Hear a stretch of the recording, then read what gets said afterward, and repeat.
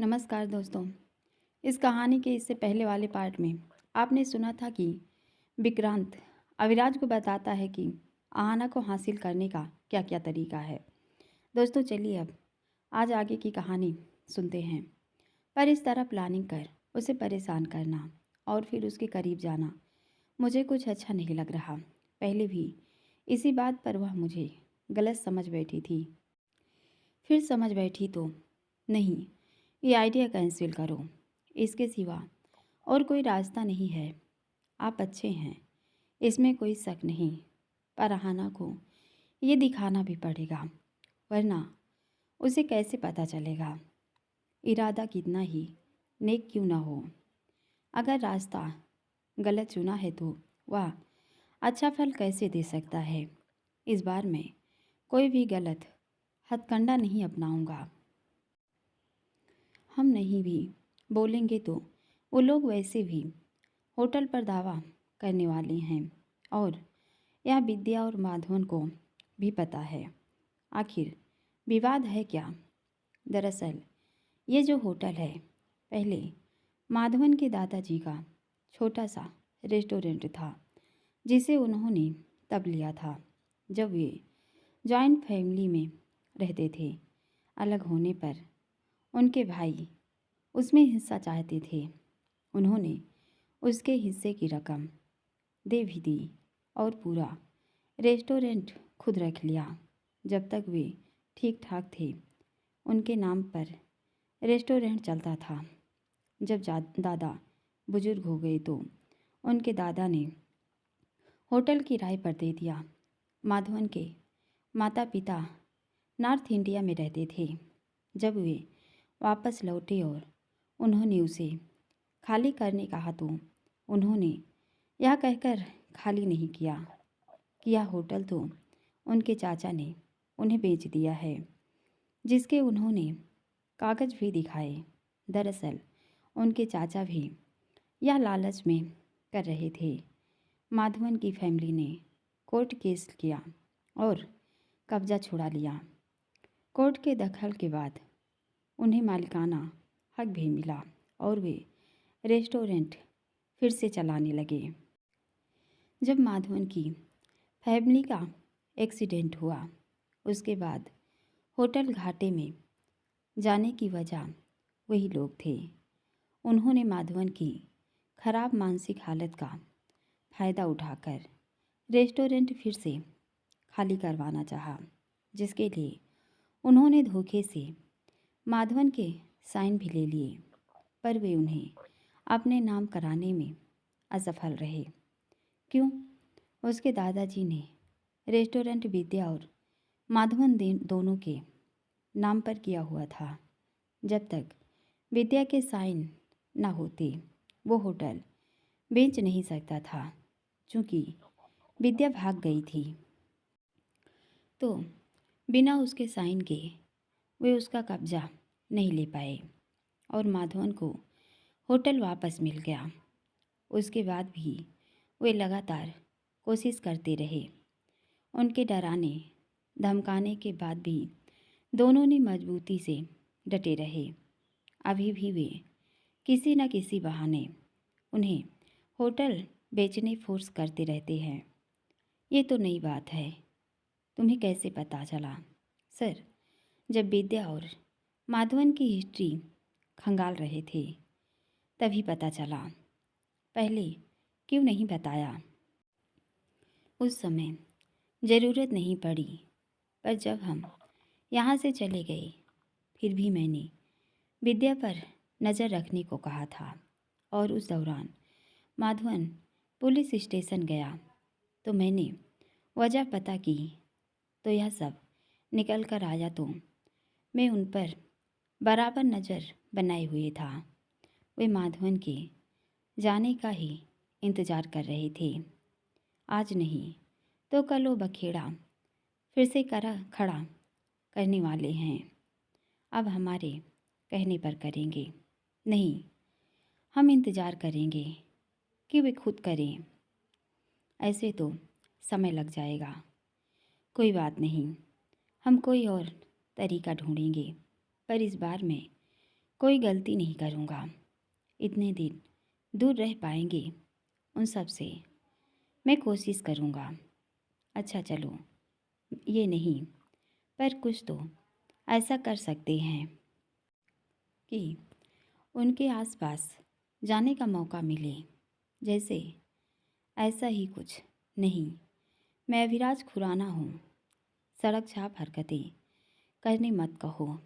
एक बार उसका निशान देखने के चक्कर में उस थंगबली से पिट चुका हूँ।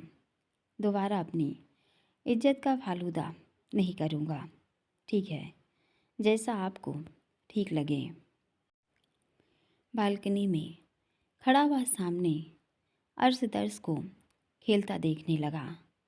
दोनों गार्डन में खेल रहे थे और उसका मन उनके पास जाने मचल रहा था कि अचानक अर्श को ठोकर लगी और वह ज़मीन पर गिर पड़ा और रोने लगा कि उसे चोट लगी है। सोचकर मन तड़प उठा और वहाँ से जाने लगा। क्या कर रहे हैं सर? उसने उसका हाथ पकड़ा। बच्चा गिर गया। नहीं, नैनी है वहाँ देखने। वहाँ चारों तरफ कैमरे लगे हैं और उसकी अनुपस्थिति में उसके घर जाना ठीक नहीं है। देखा, नैनी उसे चुप करा रही थी। ये मेरे बच्चे हैं और मैं कितना अभागा पिता की न इनके आने की खुशी मना सका, न जन्म की खुशी मना सका, न पहली किलकारियाँ सुन पाया और न उनके वो सुनहरे 2 साल देख पाया। इसमें कोई क्या कर सकता है? पहले मुझे बच्चे झंझट लगते थे और अब उनकी सूरत देखने तरस रहा हूँ। अहाना ने कैसे अकेले ये सब किया होगा? ठोकरें खाकर मजबूत हो गई, तभी तो आपको सामने देख कर भी अपने पर काबू रख गई। बिना पिता के बच्चों को जन्म देना बहुत मुश्किल रहा होगा और यही वजह भी होगी इस अनजान जगह पर विद्या की पहचान में रहने की, ताकि लोगों के सवालों से बची रहे। हाँ, शायद। उसने गहरी सांस ली। बच्चे तो दिख जाते हैं, अहाना नहीं दिखती। सुबह निकलती है और आजकल लौटते रात हो जाती है। क्यों? पीक सीजन है तो रेस्टोरेंट में भीड़ रहती है। अच्छा, हाँ, चलो फिर। कहाँ? दूर से ही सही, उसे देख लेंगे। मन कर रहा है। आज नहीं सर, 1-2 दिन रुकिए, फिर चलते हैं। उसने भी सहमति दी। 2-3 दिन दोनों ने वहीं पर ही निकाले। अविराज दूर से उसे देख लेता है। सुबह जब निकलती तो बालकनी में आ जाता और जब शाम को लौटती फिर आ जाता। जब बच्चे खेलते तो वह भी बालकनी में आ जाता, पर आजकल वह ज़्यादा ही लेट आने लगी। बच्चे सारा दिन नैनी के भरोसे। बच्चों के पास न बाप न माँ, ऐसे कैसे परवरिश होगी?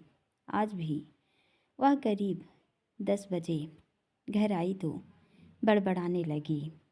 इसको इतने लेट आने की क्या ज़रूरत है? क्या हुआ सर? बच्चे ज़्यादा ज़रूरी हैं कि होटल? सर, बिजनेस में ये तो चलता है। बहुत हुआ, अब और दूर नहीं रह सकता। ठीक है, कल चलते हैं। अगले दिन घर से निकले, टहलते उसके होटल तक आ गए। अभिराज और विक्रांत दोनों मफलर लपेटा और एक टेबल पकड़ ली और कुछ स्नैक्स ऑर्डर किए और खाने लगे। इतने में अचानक से रेस्टोरेंट में 8-10 लोग हॉकी डंडे लिए आए और वहाँ तोड़-फोड़ शुरू कर दी कि दोनों ने चौंक कर उस तरफ देखा। कस्टमर डर के मारे भागने लगे। चारों ओर अफरा-तफरी मच गई। ये क्या है? वह और बाकी स्टाफ बाहर आ गया और उन्हें रोकने की कोशिश करने लगे। लगता है सर, वो लोग आ गए। क्या हो रहा है यहाँ? उसने गुस्से में पूछा।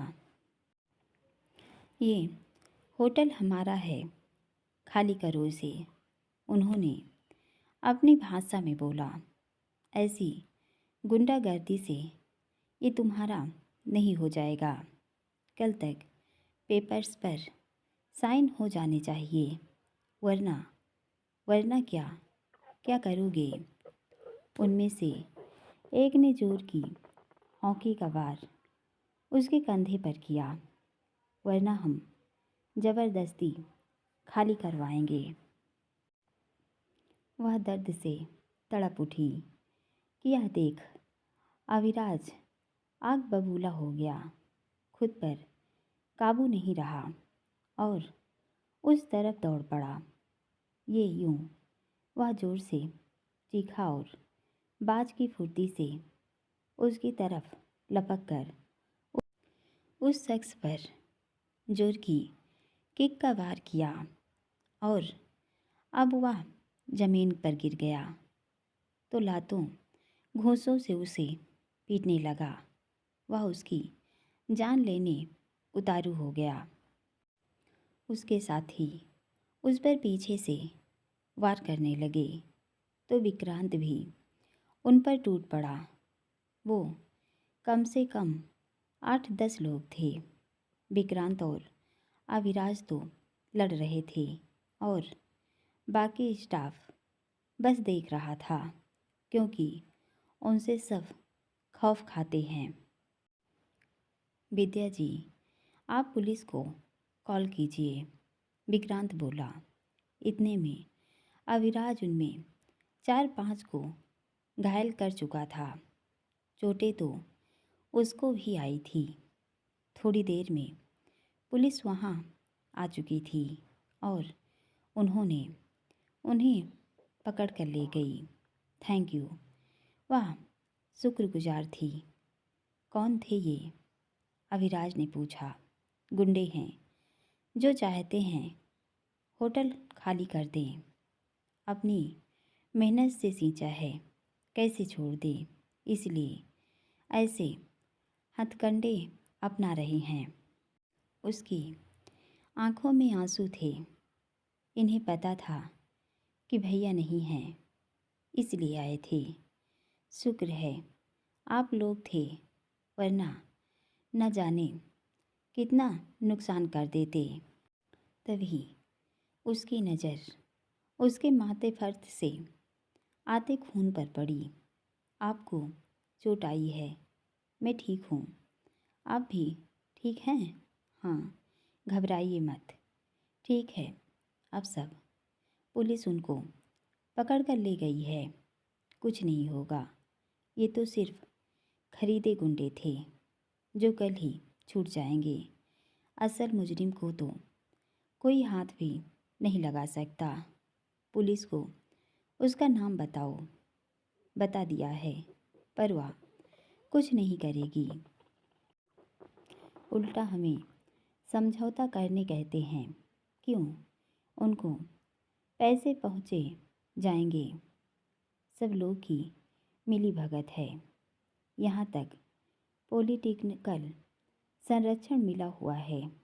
वो चाहते हैं मैं ये होटल बेच दूँ और कहीं और ले लूँ, पर यह होटल हम नहीं बेचना चाहते। बिल्कुल सही। क्यों बेचना? बेचना भी नहीं है, बल्कि इनको इनके किए की सज़ा दिलानी है। देर रात आपका भी यहाँ रहना ठीक नहीं। जल्दी क्लोज कर दिया करो।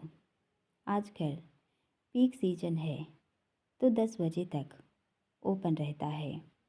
कोई बात नहीं। उसकी बात को उसने इग्नोर किया और वहाँ गिरे टेबल कुर्सियों को ठीक करने लगे। अविराज और विक्रांत ने उसकी मदद की। कोई आधा घंटे बाद वहाँ सब ठीक हो गया तो बैठ गई। आप लोग तो चले गए थे? पूछा। हाँ। फिर वापस आ गए? हाँ। क्यों? मन नहीं लगा, अविराज बोला। क्या? इनके कहने का मतलब है कि इन्हें त्रिवेदम इतना भाया कि वापस आ गए। विक्रांत ने बात संभाली। कब? 2-3 दिन हो गए। मुझे पता नहीं, दिखे भी नहीं। जी, आपसे गलती की माफ़ी मांगनी थी, पर हिम्मत नहीं जुटा पा रहा था। अर्शदर्श से मिलने का भी मन था। मैं वो सब भूल चुकी और आपने बताया कि वह गलतफहमी थी। हाँ, पर वो कल आ जाइए, शाम के समय साथ कॉफ़ी पिएंगे। नेकी और पूछ-पूछ। वह मुस्कुराया। वह तपाक से बोला कि वह उसे अजीब सी नज़रों से देखने लगी। अविराज का अति उत्साह उसे खटकता कि तुरंत ही विक्रांत ने मोर्चा संभाला। वैसे भी आजकल अविराज के प्रेम की डूबती नैया का वही खेमनहार बना हुआ है। विद्या जी, आप इनकी बात को अन्यथा ना लें। इनका खुशी जताने का तरीका औरों से थोड़ा अलग है। ये कब से आपसे मिलना चाहते थे, पर ये इसी कारण आपसे दूर थे कि आप नाराज़ न हो जाएं। पर आप खुद बुला रही हैं तो हम इनकार कैसे कर सकते हैं। हम शाम को ज़रूर आएंगे। विक्रांत बात संभालता बोला। दोनों बेहद खुश थे। उन्होंने कुछ किया भी नहीं और सब अपने आप हो गया। वहाँ भी अब सब ठीक लग रहा था तो दोनों ही उनके होटल से बाहर निकल आए। सर, लगता है कि भगवान भी चाहते हैं कि आप अहाना और बच्चों से मिलो, तभी यह सब आज ही हो गया। हाँ, लगता तो है, पर क्या सर, सब कुछ वैसे ही तो हो गया है जैसे आप चाहते थे।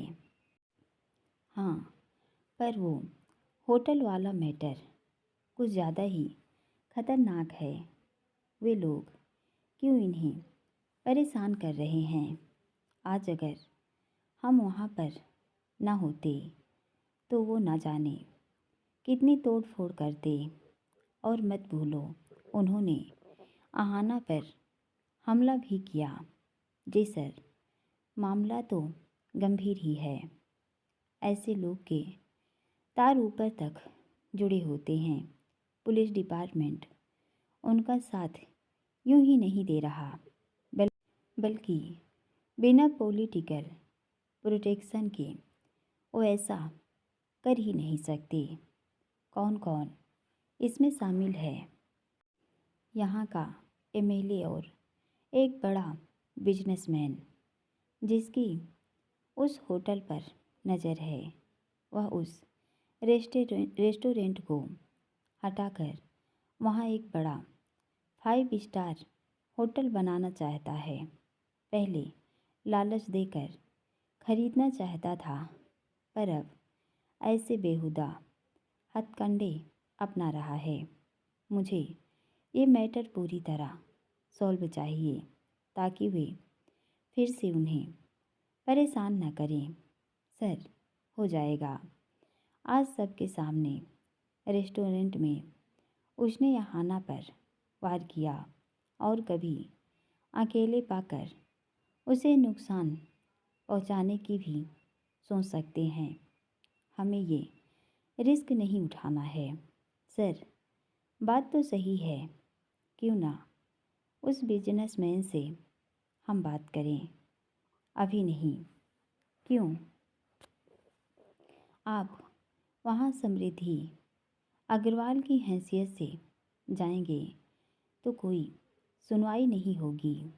उनसे बात आप अविराज खुराना के तौर पर ही करेंगे, जो अभी पॉसिबल नहीं। मैं उसको अपनी तरफ से देख लूँगा। अब तो उस मैटर से ज़्यादा अहाना को इम्प्रेस करने पर ध्यान दीजिए। कल तो उसने कॉफ़ी पर बुलाया ही है। अब आप उससे आगे सोचिए। हाँ, वह मुस्कुरा दिया। जिस काम की उन्होंने प्लानिंग की वह अपने आप ही हो गया था। तो अभिराज बहुत खुश था। जिस दिन वह यहाँ से वापस गया था, मन को कठोर करके यहाँ से गया था कि उसकी तरफ पलटकर नहीं देखा। पर आज उसके घर के बाहर गाड़ी रोककर जी भर उसे निहारा। आखिर इस घर में उसका परिवार जो है, यह खुशी उसे इतनी अधिक रोमांचित कर रही थी कि रह रहकर होंठों पर मुस्कान आ जाती। चलिए सर, यहाँ पर ही खड़े रहेंगे क्या? चलो, आप बहुत खुश नज़र आ रहे हैं। हाँ, आज गया तो सिर्फ आहाना से मुलाकात करने था, पर वो मुझे खुद ही कॉफ़ी पर बुला लेगी, नहीं सोचा था। सर, आपने काम भी तो बड़ा किया था। अपनी जान जोखिम में डालकर उसकी मदद की तो वो इग्नोर नहीं कर पाई होगी। वैसे आपको दर्द तो नहीं है? ऐसा है तो डॉक्टर को दिखा लेते हैं। नहीं, मैं ठीक हूँ। कल मैं अपने बच्चों से पहली बार मिलूँगा। यह सोचकर ही इतना ज़्यादा एक्साइटेड हूँ कि बता नहीं सकता। पिछली बार जब उनसे मिला तो वो आहाना के बच्चे थे, फिर भी इतनी अटैचमेंट हो गई थी। पर इस बार वो मेरे हैं, सोचकर मिलूँगा। यह एहसास मुझे अंदर से कितनी गुदगुदाहट दे रहा है कि मैं बता नहीं सकता। मैं समझ सकता हूँ सर कि आप खुश हैं, पर अभी खुशी में कोई उतावलापन नहीं करना है। उसे यकीन हो जाने दीजिए कि आप उसे विद्या समझ रहे हैं और आपको यह यकीन हो गया है। साथ ही आहाना को विश्वास भी दिलाइए कि आप अच्छे होने का नाटक नहीं कर रहे थे, बल्कि वास्तव में अच्छे हैं। आज तो इम्प्रेस हो ही चुकी है। बाकी धीरे धीरे उसके आसपास इस तरह से जाइए कि उसे एक बार फिर से आपसे प्यार हो जाए। ये थोड़ा मुश्किल है। क्यों? उसके पास जाते ही मैं बहकने लगता हूँ, कहीं फिर से ना भड़क जाए। नहीं, अब ऐसा कुछ नहीं होगा। दोनों चलते हुए घर आए, डिनर किया और अब अविराज को बेसब्री से कल का इंतज़ार था। सुबह सुबह माँ का फ़ोन आया, देखा तो उठा लिया। पैरा पोना माँ, जिऊंदा रह पुत्र। कैसा है तू? ठीक हूँ। आप कब आ रही हैं? आ गई हूँ। क्या? हाँ। कब? कल ही। पहले बता देते, मैं आ जाता। ना पुत्र, तू तो अब मेरी बहू और पोतों को लेकर ही आना। ये क्या कह रही हो? अभिराज हैरानी उगलता बोला। अभिलाष ने मुझे सब बताया और फिर मेरे पैर कहीं नहीं टिके। मैं बता नहीं सकती कि मैं कितनी खुश हूँ। मुझे तो लगा था तेरी शादी देखे बिना ही चली जाऊंगी, पर मुझे क्या पता कि मेरे दो दो पोते हैं। माँ, भैया ने बताया। हाँ, और फोटो भी दिखाई। हाय, कितने सोड़े हैं, बिल्कुल तेरी पे गए हैं। वह फोटो चूमती बोल रही थी। माँ, ध्यान रहे ये बात भूमि क्या हिमानी तक नहीं पहुंचनी चाहिए। नहीं, किसी तक नहीं पहुंचेगी। बस तू जल्दी आ जा। अब वह उठ खड़ा हुआ। ये भैया भी ना, माँ को भी बता दिया, जबकि मैंने मना किया था। बड़बड़ाता उठ खड़ा हुआ। दोपहर तक का समय किसी तरह बिताया और शाम को तैयार हो गया। विक्रांत भी आ पहुंचा था। एक नज़र अभिराज पर डाली, जो ब्राउन चेकर शर्ट के नीचे ब्लैक पैंट पहने था और अब जूते पहन रहा था। सर, आज तो हैंडसम लग रहे हैं। लगता है आज से ही प्यार की शुरुआत करने वाले हैं, उसने मुस्कुराते हुए कहा।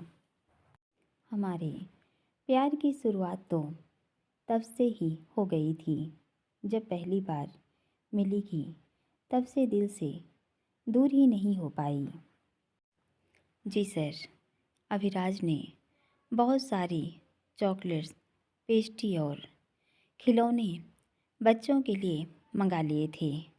उनको लिए अब दोनों घर से निकलकर उनके घर के बाहर आ गए। नर्वसनेस हो रही है, अभिराज बोला। क्यों सर, कहीं कोई गड़बड़ तो नहीं होगी? नहीं, जो हुई तो आप जब भी बच्चों या उससे बात करें तो मेरी तरफ देखते रहिएगा। जब भी मैं गला खंखारूं, समझ जाना ज़्यादा हो रहा है। ये आइडिया अच्छा है, कहकर वह मुस्कुराया। अब दोनों ही अंदर आ गए। बच्चे उस बड़े से हॉल में खेल रहे थे। उन्होंने सामने अविराज को देखा। पहले तो उसके पास आकर उसे टुकुर टुकुर देखने लगे। उसने उनको पुकारे और अब दोनों चहक उठे और अंतल अंतल कहकर खुश हो गए। वह घुटनों के बल नीचे बैठ गया। मेरे बच्चे, मन में बुदबुदाया। दोनों को एक एक हाथ से पकड़ सीने से लगा लिया। आज उन्हें अपने बच्चे की तरह गले लगाया कि एक पिता का कोमल हृदय भाव विभोर हो उठा। बारी बारी दोनों के सिर पर चूम लिया। इतनी खुशी उसने कभी महसूस नहीं की होगी जो आज अपने बच्चों को सीने से लगाने पर हुई। जैसे इतने दिन की विरह की पीड़ा इन पलों में दूर हो गई। उसकी आंखों में आंसू छलका आए थे। तभी विक्रांत के खंखारने की आवाज़ आई। उसकी तरफ देखा तो उसने आंखों से इशारा किया कि विद्या आ गई है, कि तुरंत उनको खुद से अलग किया। देखो अंकल क्या लाए हैं। वह चॉकलेट और खिलौने थमाता है कि दोनों के होठों पर प्यारी सी मुस्कान उभर आई। इसकी क्या ज़रूरत थी मिस्टर अग्रवाल? उसने इतना कुछ देखकर पूछा। मेरी तरफ से बच्चों के लिए, ये इन्हें अभी तोड़ फोड़ डालेंगे। कुछ नहीं करते, बहुत ज़्यादा शरारती हैं। बच्चे शरारत करते ही अच्छे लगते हैं। वह गलत भी नहीं कह रही थी। दोनों ने वह सामान फ्लोर पर फैलाने में मिनट भर का समय नहीं लगाया। अब सारे खिलौने फर्श पर बिखरे हुए थे और चॉकलेट्स के रैपर्स इधर उधर उड़ रहे थे। माँ बताती हैं, बचपन में मैं भी ऐसे ही शरारती था। अच्छा, हाँ, बच्चे तो ऐसे ही होते हैं। दोनों ने ही चॉकलेट खाते हुए मुंह भी भर लिए कि वह खुद की हंसी रोक नहीं पाया। वह उनके लिए ठंडा ले आई थी और अब दोनों सोफे में बैठकर उससे बात करने लगे। वह बिल्कुल सहज थी। न जाने क्या इसकी वजह है, दोनों को भी समझ नहीं आ रहा था। क्या उसकी मदद से वह इम्प्रेस हो गई, जबकि पहले भी उसने ज़्यादा रिएक्ट नहीं किया था। माधवन ही बोला था, विद्या जी, आज तो गुंडों ने परेशान नहीं किया। नहीं, मुझे लगता है आपको इसका कोई परमानेंट सल्यूशन ढूंढना चाहिए। ऐसे तो अकेला पाकर वो इससे भी बड़ी हिमाकत करने की कोशिश कर सकते हैं। मैं संभाल लूँगी। आप कहें तो हम आपकी मदद कर सकते हैं। जी नहीं, आप कैसे मेरी मदद कर सकते हैं? क्यों? आप अभी यहाँ शिफ्ट हुए हैं और ये पूरा माफिया है जो इलीगल तरीके से लोगों की ज़मीन कब्जाते हैं। इनका एक तगड़ा नेटवर्क है जो पूरा रक्त बीज है। एक को ख़त्म करेंगे तो 100 और पैदा हो जाएंगे। रक्त बीज को मारने भी तो माता ने काली रूप धरा था। आप भी ऐसा ही कीजिए और ख़त्म कीजिए इन सब को। मैं कैसे उनका सामना कर सकती हूँ? हाँ, बस गलत के खिलाफ खड़ी रह सकती हूँ।